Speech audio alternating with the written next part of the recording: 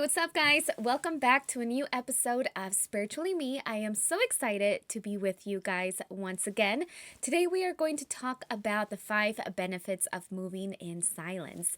But before we get started, I would really appreciate if you guys subscribed and rated the podcast. You already know the whole deal about how much I love reading your feedback, your comments on the YouTube channel, and all that. So thank you so much. It's a really great way to show some love and support if you have been enjoying the content. Welcome to the Spiritually Me podcast that helps you connect with that beautiful and eternal being within you. Whether you're new to spirituality or a seasoned practitioner, this is the show for you. As someone who has struggled with my inner voice and felt unsure of how to live a life that aligns with my soul, I know how confusing it can be. That's why I created this podcast, to help others find the clarity, peace, and purpose that I have found in my own journey. So if you're craving guidance, support on your journey towards spiritual awakening and divine connection, tune into this podcast for your weekly dose of inspiration. I'm Dulce Candy, your Latina sister, and this is Spiritually Me. The first point that I want to make is your life is sacred. It's no one else's business. Like as a content creator, for example, sometimes you think that you have to share every little detail so you can make a connection with a person, but that's not true. You want true, authentic connections. When you're going through something intense, something deep, something painful, or when you're going through something very exciting, something really cool that's happening in your life, those moments are precious and they're sacred. And of course, sometimes you just want to share it if you are a content creator, which most of us are nowadays. You want to share it. And I'm not saying don't share anything, keep everything completely zipped up, but there's people who are not happy for you. There's people who you've never met and they will project their own fears and insecurities and their judgments and jealousy upon you. So why even curate that energy in the first place? And not everybody deserves the right to know about your private life. It's a privilege. If I divulge information, for example, if someone that is a very private person shares something with me, I take that as a really huge compliment because that means that that person is trustworthy and they trust me, and that they believe that I'm trustworthy as well. So that to me is a huge compliment. And I know that if someone tells me something very intimate, that means that I've done something right to earn that. I had to earn that trust with that person. I had to work towards having that person trust me with their personal details of their lives, their fears and insecurities and all those things that I believe are only meant to be shared either with God or with very, very close people, and not like your whole entire family, only with the people that truly respect and honor your decision, not who are going to have something to say about it. This actually goes with my other tip. Not everybody wants to see you win. Fake friends, jealousy, bad vibes. That's what I wrote, right? Not everybody wants to see you win. You can think that you have a friend, and there's a lot of frenemies, all right? We're going to keep it real. There's a lot of frenemies. So something that is very vital to develop is discernment. And you have to understand that not everybody wants what's best for you. You can be doing something so bomb and so incredible, or even something even like a small change in your habit, and you might be with someone who downplays that, who doesn't acknowledge that, who doesn't, it acts like it ain't no thing. That ain't no thing.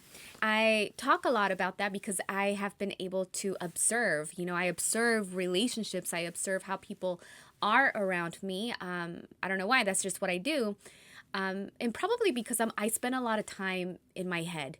And I think because I spend a lot of time in my head and clearing my thoughts with meditation, my mind has been able to really open up and expand and think beyond my limitations and my thoughts and what is here in this physical reality. So I'm able to tap and tune in, which is so crazy.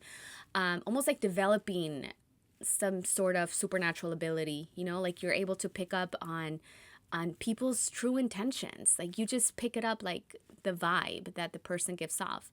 So not everybody wants to see you win. You might be doing something incredible and that person's like, they have nothing to say, or maybe they start telling you, but why do you want to do that? Maybe that's not something that you should do. How are you going to do that? Like whatever doubts they have, they start projecting them onto you. And if you're someone who hasn't been rooted in their own self-identity, you might lean towards believing what they say. Yeah, not everybody wants to see you win. There's a lot of fake friends, especially in the industry. There's a lot of people. I haven't experienced that lately because I am just very cognizant about who I keep in my life. But in the past, when I was a little bit more immature, and this was a part of my learning lesson, I did see that there were a lot of people who will do absolutely anything and say that they're your friends when they're really not. They just want to climb the ladder, get ahead. And honestly, I don't know if I want to say I respect that, but I understand why. Because people are trying to make it, and sometimes they'll do whatever it takes to make it. But hopefully they don't, hopefully I just know that you don't have to step on anybody, and you don't have to look at someone as an opportunity to get to where you want to go, because then that's going to happen to you too. Oh, well, the next point that I have here, I wrote down, protect your dreams. Other people don't see the vision that God placed in your heart. And sometimes when your intuition is telling you to do something and it's not logical, the people around you may try to make you change your mind because in their mind, they don't see the possibilities. Other people are not going to see the vision that God placed in your life. Secondly, they don't have to see the vision. But sometimes you might think that you want people to see the vision. You want people to understand your journey, to understand what you're doing, what you're going through. But it's almost impossible for other people to understand the vision and the mission that God placed in your heart that is only meant for you. Only you can fulfill that role. And so even your best friend might not even be able to see that vision because God didn't put it in her heart. And there's so many other complexities that go into that vision that God puts into your heart. You might be explaining it to someone as, I've been wanting to change my life and start doing this for the planet and, start making all these changes in my life because I feel like God put this in my heart to do. And maybe your friend, your best friend who really cares and loves you, maybe she's just not able to see that for you. But a best friend is also not going to downplay it and doubt you. A good friend, even if she doesn't understand it, will support you regardless. They will never say anything for you to feel like this is the wrong path that you're in. Okay? And that's a big part. That's a really big part of why you have to, not you have to, I hate saying that because I don't ever want to tell anybody what to do. But this is why you don't openly talk about everything that's going on in your life. I made that mistake just recently. I made that mistake. And honestly, throughout the whole last year on YouTube, because I get so many downloads from God. Like there's so many cool moments that I experience God. One of the moments that I want to share with you guys, because it's just a phenomenal moment that happened to me. I was going on a walk and I was talking to God. And I was telling God that I just want to hear God because, like you, I am someone who is mission-driven and purpose-driven. I know that I have a purpose on earth that is bigger than anything in this dimension. I know it. I feel it in my heart. That's why a lot of things feel very disconnected for me because I just know that there's something bigger for me to do with my life. So I'm always like working on figuring out what that is. And so I was talking to God because I really do want to live out, and I intend, I have been putting this intention to live out moment by moment God's mission for me, for my life, or whatever life He wants me to have. I'm always trying to tune in and hear God. And this is why meditation is important, because it allows you to hear. It allows you to hear the message, right? That's what I believe in. Not everybody believes that, but that's what I believe in. And that's what I've experienced as a meditation teacher. And so I had this beautiful moment. I was walking. I was talking to God in my head. I was like, I just want to listen to you. I just want to listen to you. I started my walk listening to podcasts, but I was just like, I just felt like it was too much noise for that moment. I love to listen to a podcast, but in that moment, I just felt like it's too much noise. Nothing is resonating with me. There's this beautiful song by this artist. His name is Dean Evanson. He makes the most beautiful, beautiful God-given music. It's just stunning, right? So this album is called Ocean Dreams, and it inspired my spiritual awakening. It inspired Sweet Soul. It has been inspiring me. You have no idea. So I just clicked on the album randomly because I'm just like, I just want to listen to the whole album. So just shuffle on Spotify. And as I was walking and asking God, I just want to hear you because I want to hear you. I want to hear what you're telling me, God. And as I said, I just want to hear you. I just want to hear you. I looked down at my Apple Watch and the song called Will You Hear Me was playing. I didn't know the name of the song. I just listened to the album. I looked down, and the crazy thing is, like, I'm asking God in that moment, I just want to hear you. I just want to hear you. And then I just randomly look at my Apple Watch and it says, Will you hear me? Whoa, that was one of those moments where I'm like freaking out, and I'm just like, oh my God, God is real. God is real. And God also has a sense of humor. He has a sense of humor. Okay. God is like my friend. I feel like God is like a friend. That's what I feel, because he has a sense of humor. The other day I was reading a book and I read a line in the book and it just kind of like blew my mind, so much so that I went like that to the book. I put my nose in the book. I was like, oh, this is so good. And then I pull my head back to continue reading. And then it says, this wouldn't resonate with you if you wouldn't have your notes in this book if this didn't resonate with you. I literally had my notes in the book, and then I'm just like, God, you have a sense of humor. Okay? Like, you're funny, God.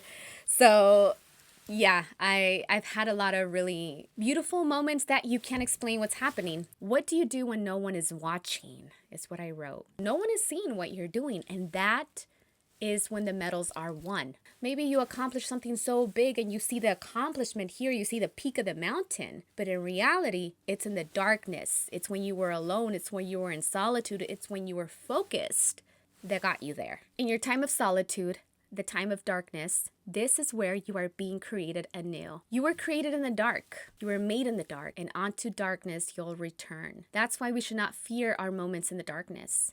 This is when the new version of us is being created. That's really powerful, Don't be afraid of the darkness. Moving in silence is very important, whatever you're doing in the dark. And I really like what I wrote here about, I forgot where I've heard this, but the fact that we were created in the darkness, right? When you think about your children, if you're a mother, your children were created in a dark womb.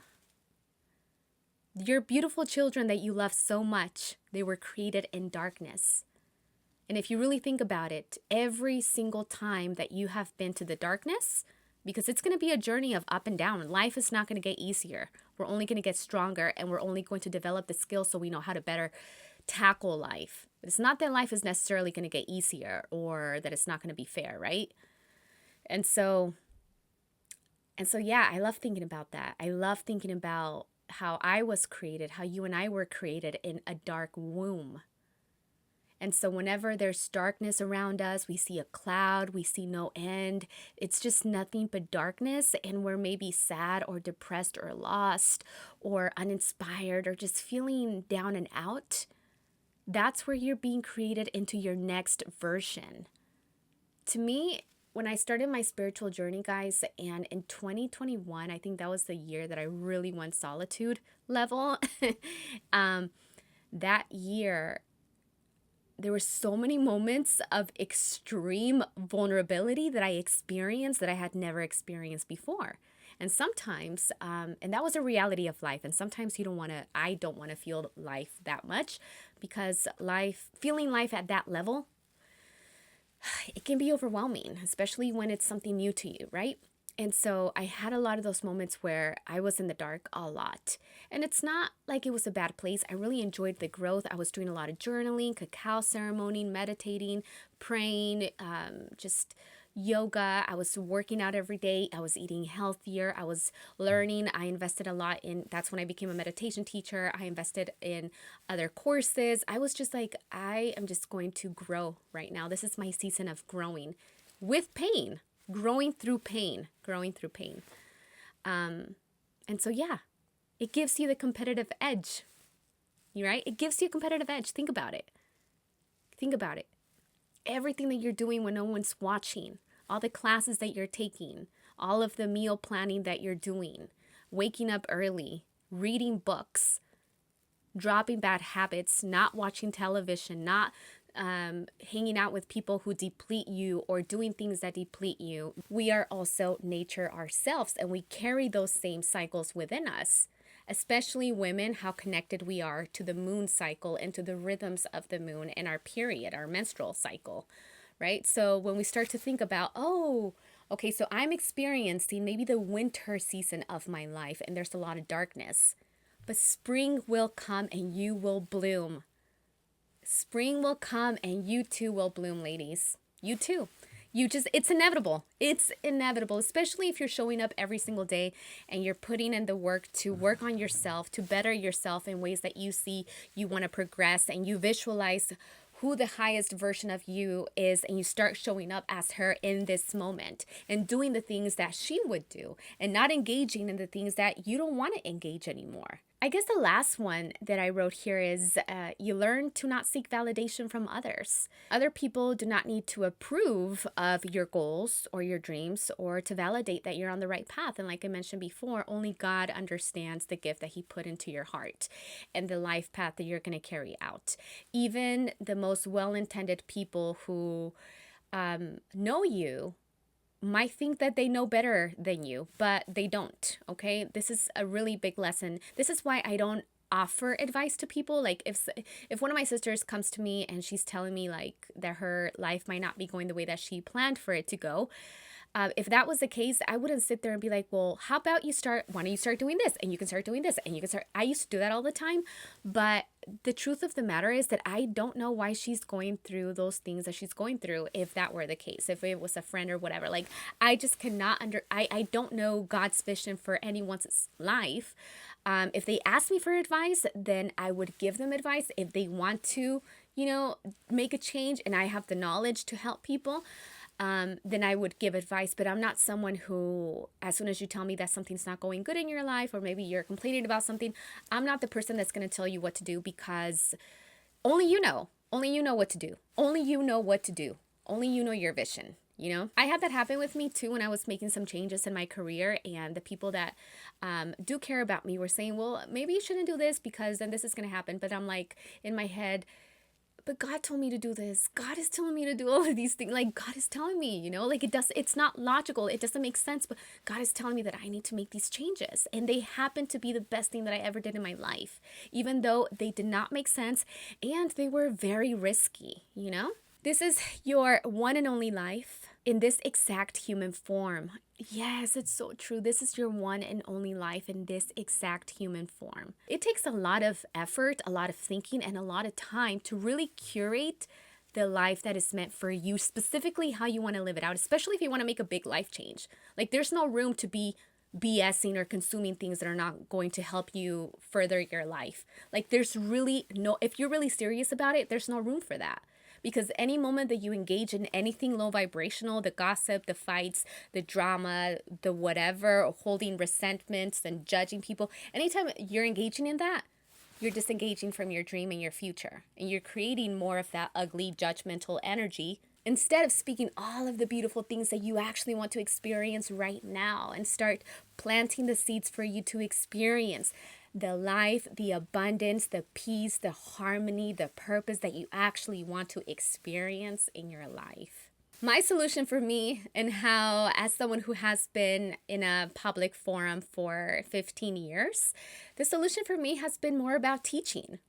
Really embracing the role of a teacher to me has been something that has changed my life, because I now focus on helping and teaching and sharing what I have learned, instead of turning on the camera and talking about all of my feelings without processing what I'm feeling, And that has also allowed me as a content creator to be so excited about this new era of my life as a content creator, Because for a while, I really did not enjoy it because I didn't know the balance. I didn't have my Sweet Soul podcast to talk about the things that I really enjoyed. And so for me, and I wrote it down right here, my solution to this is to teach versus to share every little detail about my life, which honestly, it's not going to help you at all. Let's close it off with a quote by the great Sufi poet Rumi. He said, "Only let the moving waters calm down, and the sun and the moon will be reflected on the surface of your being." meaning that silence is the greatest teacher, reaching that silence within ourselves. And Deepak Chopra says, to learn its lessons of silence, you must learn to pay attention to it. There is no substitute for the creative inspiration, knowledge, and stability that come from knowing how to contact your core of inner silence. End quote.